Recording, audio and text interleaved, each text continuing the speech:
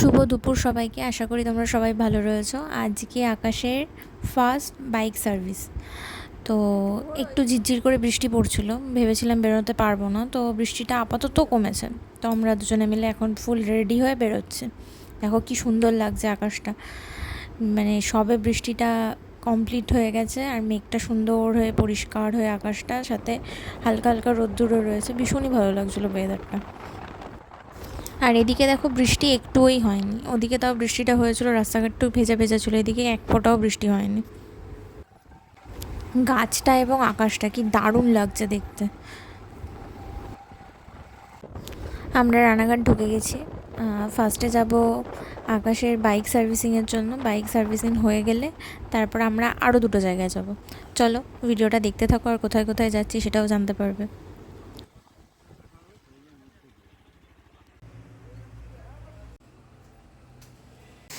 এই কদিন বাইকটা যা ধুলোবালি খেয়েছে, আর এই যা জল কাদা, সমস্ত জল কাদা ধুলোবালি সব কিছু প্রথমে ওর কাছ থেকে বের করে নিচ্ছে। এদিকে ওর তো স্নান কমপ্লিট হয়েই যেতে এসছে, কিন্তু আমার পাচ্ছিল ভীষণ ঘুম। তাই আমি এক প্রকার জোর করেই আকাশকে হাঁটতে হাঁটতে, একটু হাঁটতে চায় না, হাঁটতে হাঁটতে অনেকটা দূরেই নিয়ে এসেছি একটা চায়ের দোকানে চা খাবো বলে। যেহেতু ঝিরঝির করে বৃষ্টি ছিল, প্রায় সব দোকানই বন্ধ ছিল।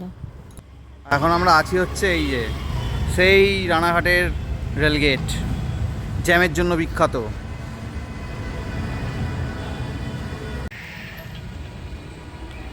তো এই হচ্ছে সেই আতঙ্ক, এনএইচের আতঙ্ক ছিল রানাঘাট রেলগেট।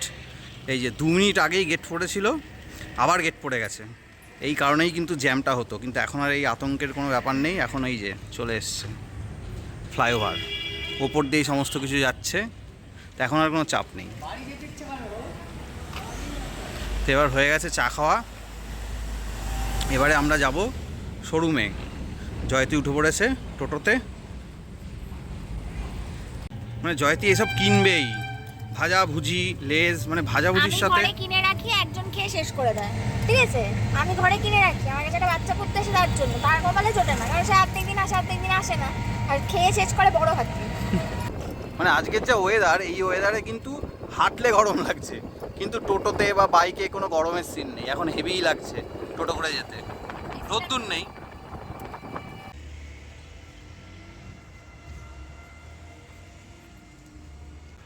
তো চলে এসেছি আবার শোরুমে, এবারে গিয়ে দেখি কত দূর হয়েছে।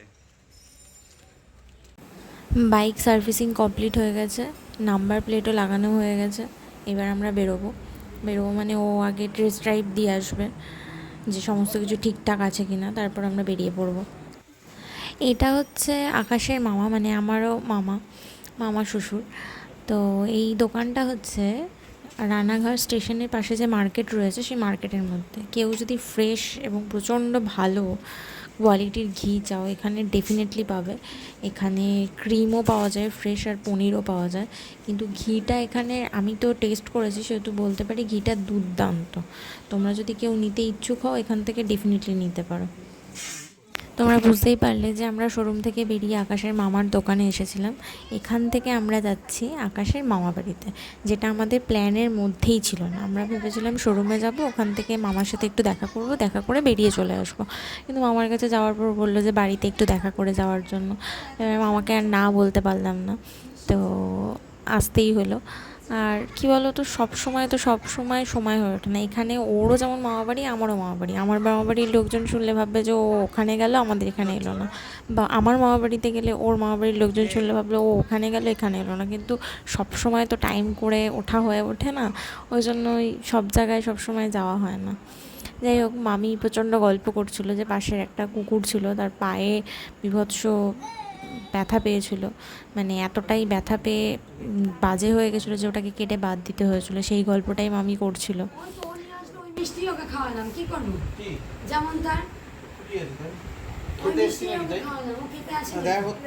রাত্রেবেলা একটু থাকতে বললাম, যা খাবে তাই করে দেবো বললাম।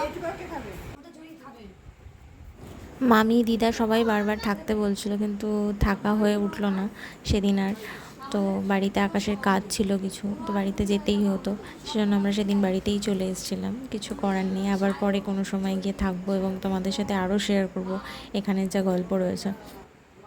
তারপর আমরা চলে গেছিলাম রোড স্টেশনের পরে মানিকদার দোকানে, যেখান থেকে আকাশ বাইকের সব কাজকর্ম করায়, লাইট বলো যা কিছু বলো সমস্ত কিছু কাজকর্ম করায়। এই দাদাটার ব্যবহার যথেষ্ট ভালো, সব কিছুই ভালো। একটাই প্রবলেম, সেটা হচ্ছে দাদা সকালের দিকে এক জায়গায় কাজ করে, সেখান থেকে আসে, তারপরে 8:30 9টার পর দোকান খোলে, তারপরে সমস্ত কাজকর্ম হয়। মানে এখানে আসলে কেউ যদি অনেক কাজকর্ম করাবে ভাবে, তার বাড়ি যেতে যেতে প্রচুর রাত হবে। চলো ভিডিওটা এখানেই শেষ করছি, টাটা, সবাই ভালো থেকো।